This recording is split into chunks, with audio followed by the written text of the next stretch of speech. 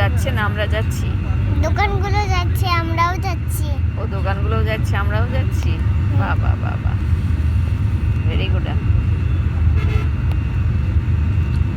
Good morning বন্ধুরা, বুঝতেই পারছো যে আমরা এখন বাইরে আছি, আমরা বাসে আছি। আমরা একটু দিশা যাচ্ছি, দিশা আই হসপিটাল দুর্গাপুরের।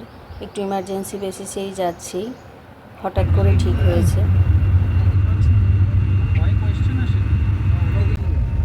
সত্যি মামা জাগার আগে উঠবো আমি জেগে, হয়নি সকাল ঘুমো, এখন মা বলবেন জেগে। বলবো আমি আলসে মেয়ে, ঘুমিয়ে তুমি থাকো, হয়নি সকাল, তাই বলে কি সকাল হবে না গো?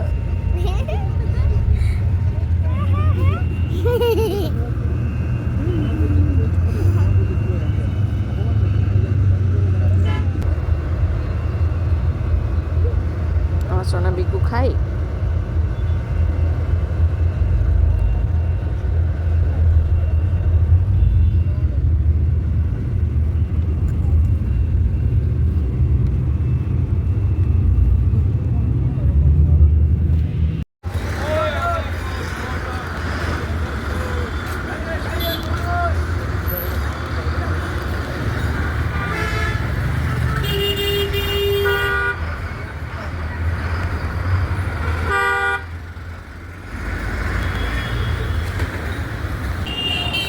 সিটি সেন্টারে আছি, দুষ্টুকে দিদি নিয়ে যাবে।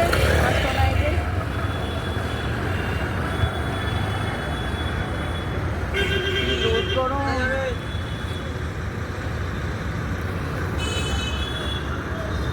ওই তুমি নিয়ে আসছে, এসো।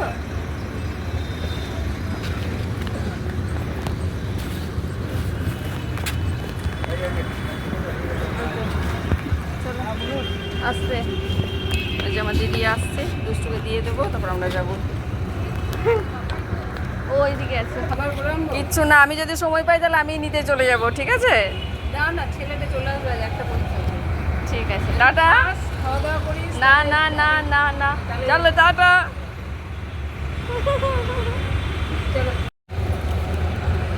চলে গেল, আমরা যাবো এবার দিশাতে।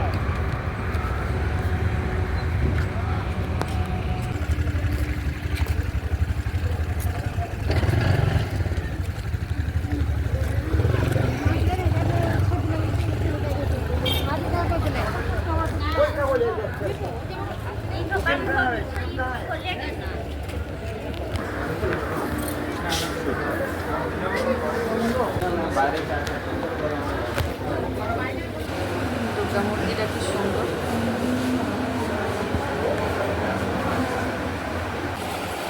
এখানে বসলাম, চোখের মধ্যে কি সব ব্লাডের ড্রপ টপ দেবে, দুষ্টুকে দিদির বাড়িতে এনজয় করছে।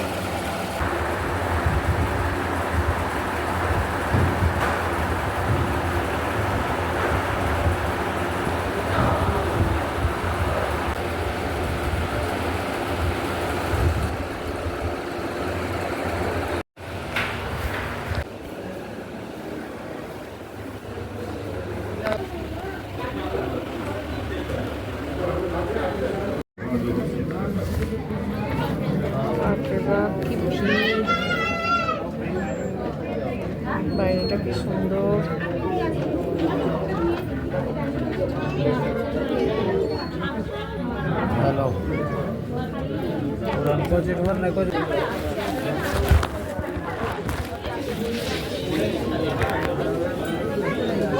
আমি এখানে আছি।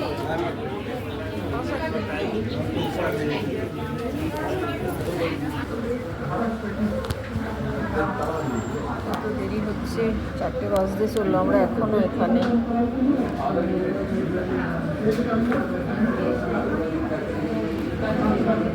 চোখে লেজার হচ্ছে, দেখো আমি ওপর থেকে শুধু দাঁড়িয়ে দাঁড়িয়ে দেখছি, এখনো কিচ্ছু খাইনি।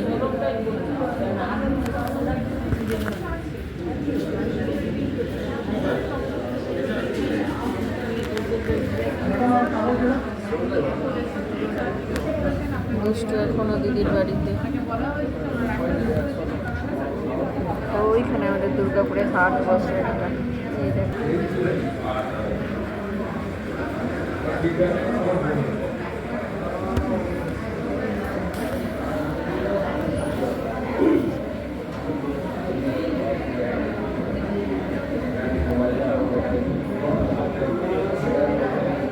এর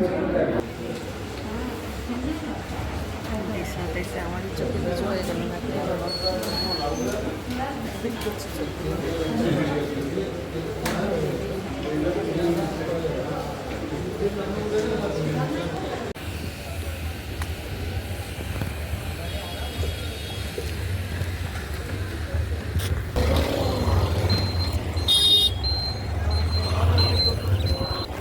গরম বৃষ্টির ওয়েদার পুরো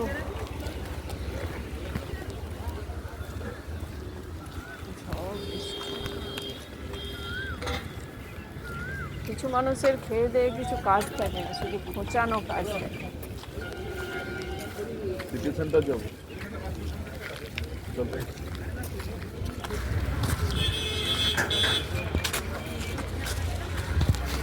না মা আমরা এখন বাড়ি ঢুকলাম, সেই সকালে 9টায় বেরিয়েছি, এখন বাজে 6:15।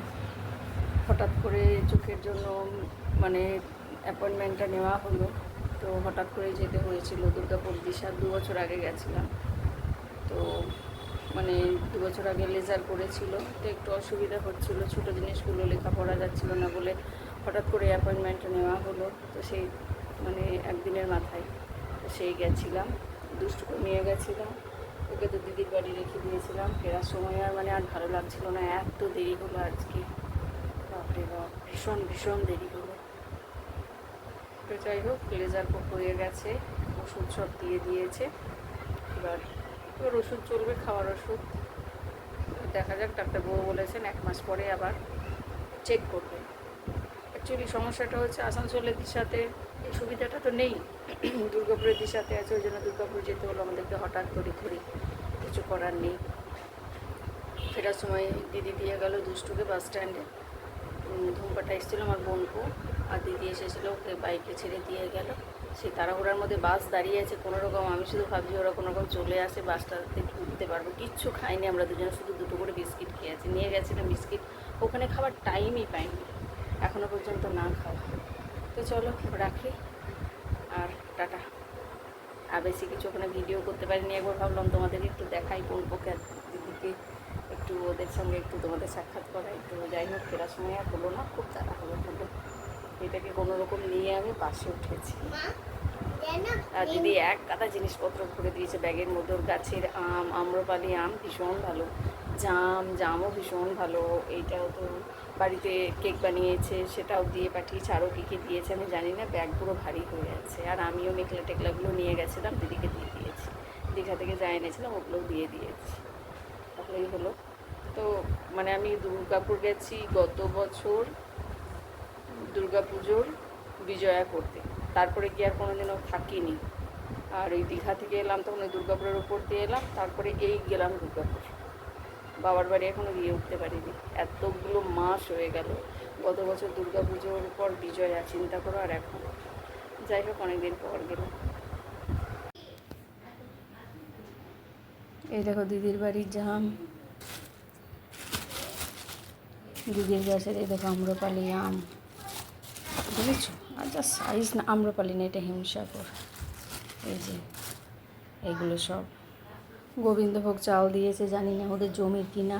এটাতে আখের গুড় আছে, এখানে এসে সব দুষ্টুকে দিয়েছে বিস্কিট, চিপস, কেক।